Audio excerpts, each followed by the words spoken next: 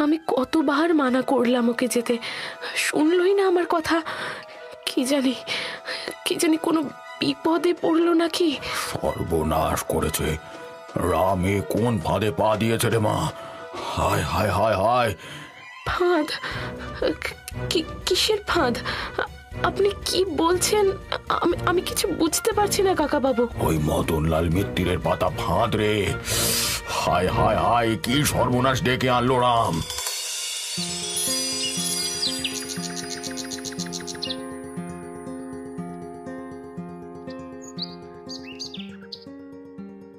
ও বাবা, আমায় আমায় দুটো খেতে দিবি বাবা, বড্ড খিদে পেয়েছে রে। ও, এই ভর দুপুর বেলা কোথা থেকে ভিখারিগুলো এসে জোটে কে জানে। এই, কোনো খাবার হবে না, যা যা যা যা। আহ, এমন ভর দুপুর বেলা গেরস্তের ঘর থেকে না খাইয়ে কাউকে বিদে করতে নেই, জানো না তুমি? আপনি বসুন, আমি দেখছি। হ্যাঁ, চাল ডাল তো সব তোমার বাপের বাড়ি থেকে এসে দিয়ে যায়, তাই না? যাকে খুশি তাকে খাইয়ে বেড়াও। এই, একদম আমার বাপের বাড়ি তুলে কথা বলবেন, আমি বলে দিচ্ছি। না না, তুলবো না তো কি করবো? হ্যাঁ, নিজেদেরই দুবেলা খাবার জোটে না ঠিক করে, উনি আবার দান ছত্র খুলে বসেছেন। হ্যাঁ, এই তুই এখানে দাঁড়িয়ে কি করছিস? যা বেরো এখান থেকে। দে না বাবা দুটো খেতে, ভগবান তোদের ভালো করবে। দরকার নেই ভালো করার, পেটে যখন এত খিদে তখন কাজ করে খা না বাপু। হ্যাঁ, বিনে পয়সায় কিচ্ছু পাবে না, যাও। কে বলেছে বিনে পয়সায় খাবো?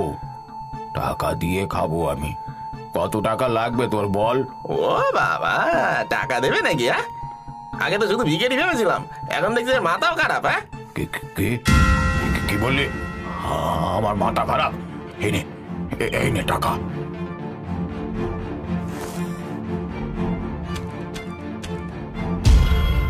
আরো চাই? এই নে। ও গিন্নি, এ দেখো তো, এগুলো তো মনে হচ্ছে সোনার টাকা। আমি কি ভুল দেখছি নাকি? হ্যাঁ হ্যাঁ, এগুলো তো সোনারই, কিন্তু ওনার কাছে। আরে তুমি দাঁড়িয়ে না থেকে যাও, খাবার বারো। আপনি চলুন, এই রোদে দাঁড়িয়ে থাকতে আপনার কষ্ট হচ্ছে তো, চলুন ঘরে চলুন।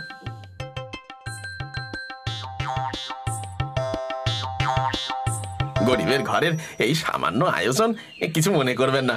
বলছিলাম, আপনার নামটা কি যেন? মদনলাল মিত্তির। তা মদন বাবু, আপনি থাকেন কোথায়? না মানে, আগে তো কখনো এই এলাকায় আপনাকে দেখিনি, তাই আর কি। তুই জেনে কি করবি রে? আমার বাড়ি যাবি নাকি? আমার কোনো বাড়ি নেই, কোনো বাড়ি নেই আমার।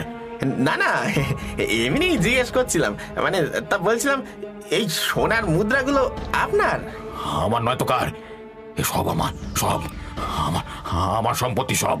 তাহলে আপনার এই অবস্থা? বড্ড প্রশ্ন করিস তুই।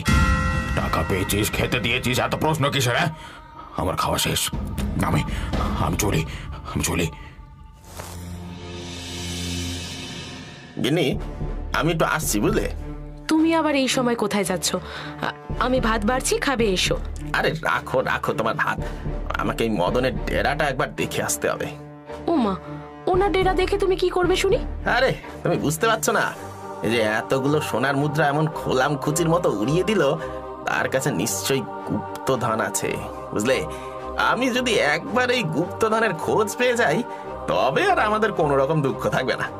উনি যা দিয়ে গেছেন তাতেই আমাদের ভালো চলে যাবে গো। আর কোনো গুপ্তধনের দরকার নেই। ও, যেটা বোঝো না সেটা নিয়ে কথা বলো না, বুঝলে? আমি শুধু ওর ডেরাটা দেখেই চলে আসবো। হ্যাঁ, আমি গেলাম। ওগো, যেও না, শোনো আমার কথা, এত লোভ ভালো নয়, শোনো। মলিনার কথা অগ্রাহ্য করে রাম মদনের পিছু নেয়। এদিকে বিকেল গড়িয়ে সন্ধে হতে যায়, তবুও রাম ফিরছে না দেখে মলিনা চিন্তায় পড়ে যায়। এক সময় আর থাকতে না পেরে সে বেরিয়ে পড়ে রামকে খুঁজতে।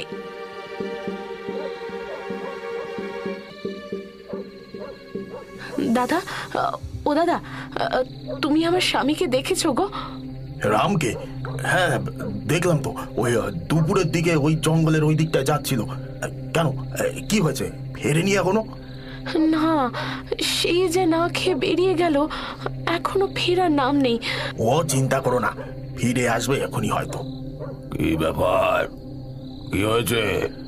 আরে হরিপদ কাকা, ওই রাম এখনো ফেরেনি, তাই বৌদি ওকে দেখেছি কিনা জিজ্ঞেস করছিল আমাকে। তা দেখেছিস নাকি ওকে তুই? হ্যাঁ দেখেছি তো, ওই জঙ্গলের দিকে যেতে। তাই বৌদিকে বললাম চিন্তা না করতে, ও ফিরে আসবে হয়তো এখনই। আমি আসি গো। হ্যাঁ হ্যাঁ, আয় আয়। কি ব্যাপার মলিনা মা, রাম তো এর আগেও অনেক দেরি করে ফিরেছে, তোকে তো এত চিন্তিত কখনো দেখিনি। আগের আর আজকের ব্যাপার এক নয় কাকা। মানে? এই এই রাস্তায় দাঁড়িয়ে সবটা বলা ঠিক হবে না, কোথা থেকে কে শুনে ফেলবে। আচ্ছা বেশ বেশ, চল আমার বাড়িতে চল, ওখানে বসেই সব কথা শুনবো না হয়।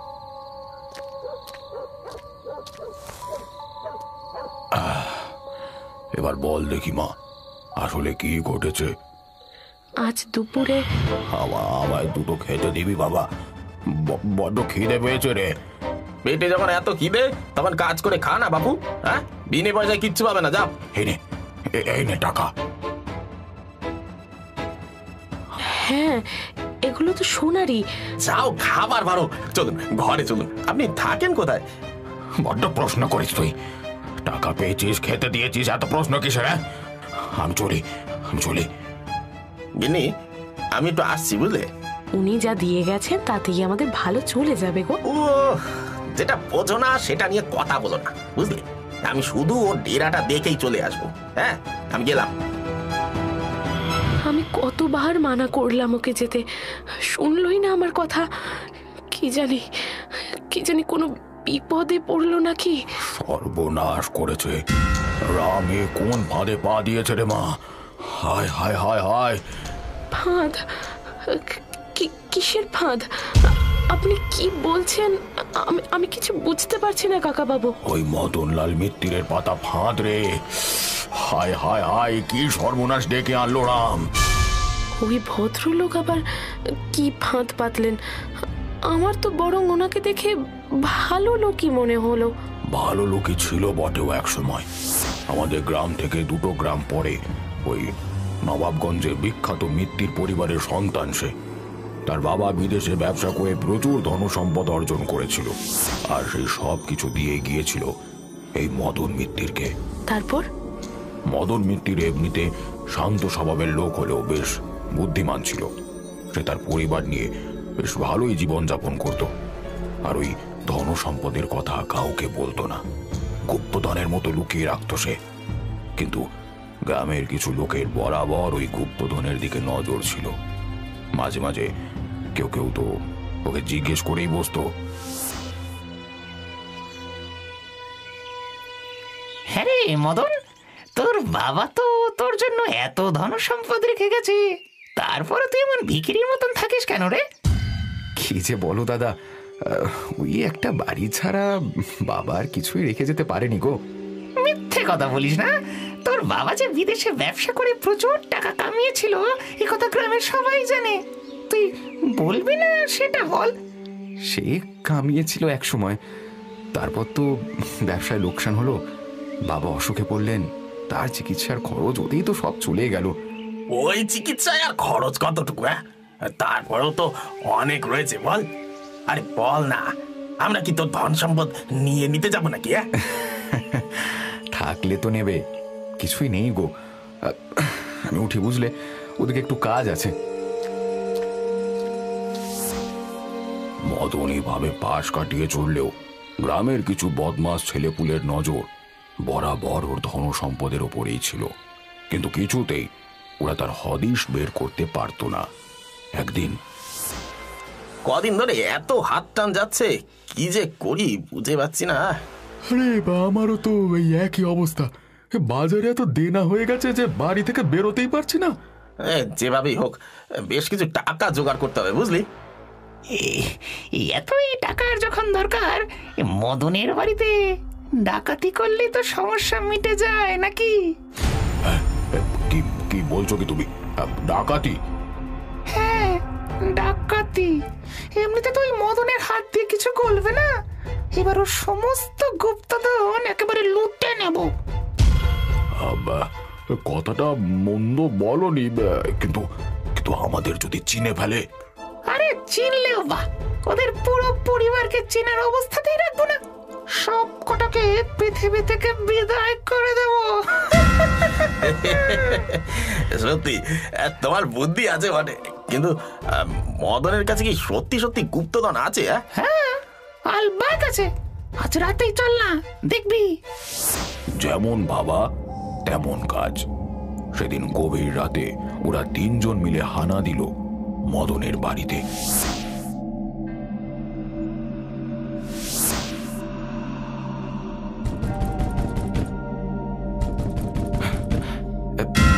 এত রাতে দরজায় কে করে নাড়ছে? কে এ এ দরজা খোলে খুনি। কে কে কে- কে তুমি? আমি কে পরে বলছি, আগে দরজা খোল, নয়তো দরজা ভেঙে ঢুকবো। বাবা, মনে হয় বাড়িতে ডাকাত পড়েছে। তুমি দরজা খুলো না বাবা। কে খুলতে বলছি তো দরজা? না না, আমরা দরজা খুলবো না। চলে যাও, তোমরা চলে যাও। খুলবি না দরজা? দেখ তবে। কে- কে- কে তোমরা? কি চাই তোমাদের? কেন এসেছো তোমরা? তোর গুপ্তধন চাই আমাদের। বল বল, কোথায় রেখেছিস? গুপ্তধন? কিসের গুপ্তধন? কোনো গুপ্তধন নেই আমার কাছে। যদি মরতে না চাস তবে চুপচাপ তোর গুপ্তধনের ঠিকানা বল আমাদের। আমি আমি আমি আমি সত্যি বলছি, আমার কাছে কোনো গুপ্তধন নেই। বিশ্বাস করো তোমরা। আচ্ছা, সোজা আঙুলে তাহলে ঘিয়ে উঠবে না। এই ওর মেয়ে বউকে দড়ি দিয়ে বাঁধতো। না না না না না না, ওদের গায়ে হাত দেবে না, একদম না। বিশু, বিশু, তুই তুই এই কাজ করলি? চিনেই যখন ফেললি তখন আর মুখ ঢেকে লাভ কি? মতিদা, রতনদা, বিশু, তোমাদের তোমাদের মনে এই ছিল? ছি ছি ছি ছি ছি, তোমাদের নিজের বন্ধু মনে করতাম আমি, আর তোমরা কিনা। মেলা ফ্যাচ ফ্যাচ করিস না তো। এখন ন্যাকামি বন্ধ করে তোর গুপ্তধন কোথায় আছে বল দেখি, নইলে তোর মেয়ে বউকে। না না না না না, ওদের কিছু করো না। আমি আমি আমি সব বলে দেবো, সব বলে দেবো আমি। না বাবা, ওদের কিচ্ছু বলবে না, কিচ্ছু না। তোদের প্রাণের চেয়ে বড় কোনো সম্পদ নয় রে মা আমার কাছে। ওদের যখন আমরা চিনে ফেলেছি তখন ওরা আমাদের না মেরে এখান থেকে চলে যাবে ভেবেছো? তোর মতন তোর মেয়েটাও বেশ চালাক তো রে মদন, সব বুঝে গেছে। তাহলে মদন, সব যখন বুঝতে পারছিসই তাহলে মরার আগে সবকিছু আমাদের হাতে দিয়ে যা। মরতে যখন হবেই তোমাদের মতো পাপিষ্ঠদের আমি কিচ্ছু বলবো না। গুরু, ভোর হতে যায়, এক্ষুনি না পালালে গ্রামের লোক ধরে ফেলবে কিন্তু। মোটে বলবি যখন না, তখন তিনটাকে এখানে মেরে যাব।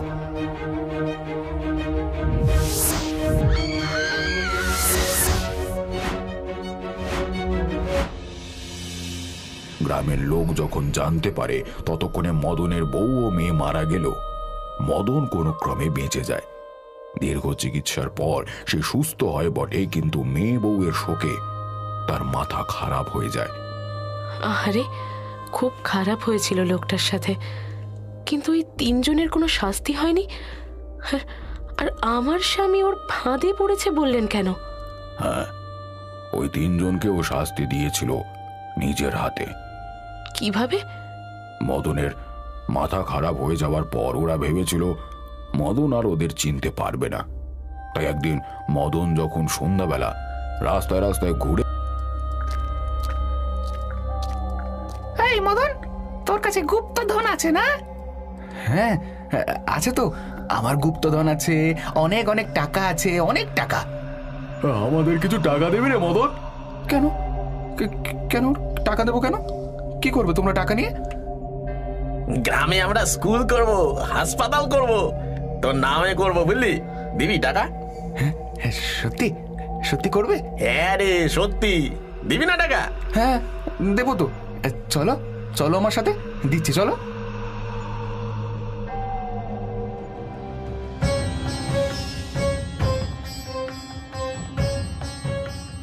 এই জঙ্গলে টাকা রেখেছিস? বাপরে, কি অন্ধকার। নে নে, এবার এবার তাড়াতাড়ি টাকাটা বের কর তো। এই তো, এই এই এই গাছের তলায় পুঁতে রেখেছি। কিন্তু কিন্তু আমি একা এখন এতটা গর্ত খুঁড়তে।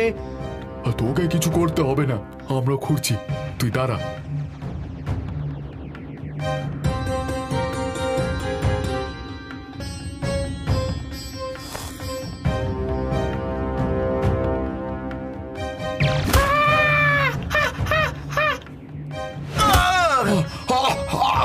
তোরা কি ভেবেছিলি আমি সব ভুলে গেছি?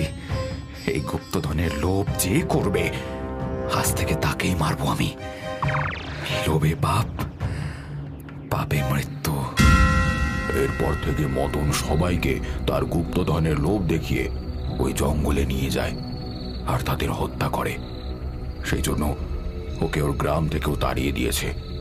এবার আমাদের গ্রামেও এসেছে ওর শিকার খুঁজতে। রাম লোভ করেছে, মদনের ফাঁদে পা দিয়েছে, ওর মৃত্যু নিশ্চিত। না না না, আপনি কি বলছেন কাকা? এই জন্য আমি মানা করেছিলাম বারবার। কাকা কাকা, আপনি একটু আমার সাথে ওই জঙ্গলে চলুন, ওকে খুঁজে বের করতেই হবে। সেই রাতে হরিপদ আর মলিনা মিলে তাদের গ্রামের শেষ প্রান্তে থাকা জঙ্গলে গিয়ে তন্ন তন্ন করে খুঁজতে থাকে রামকে। অবশেষে জঙ্গলের অনেকটা গভীরে গিয়ে একটা ভাঙা কুটিরের বাইরে ওরা রামের দেহ পড়ে থাকতে দেখে।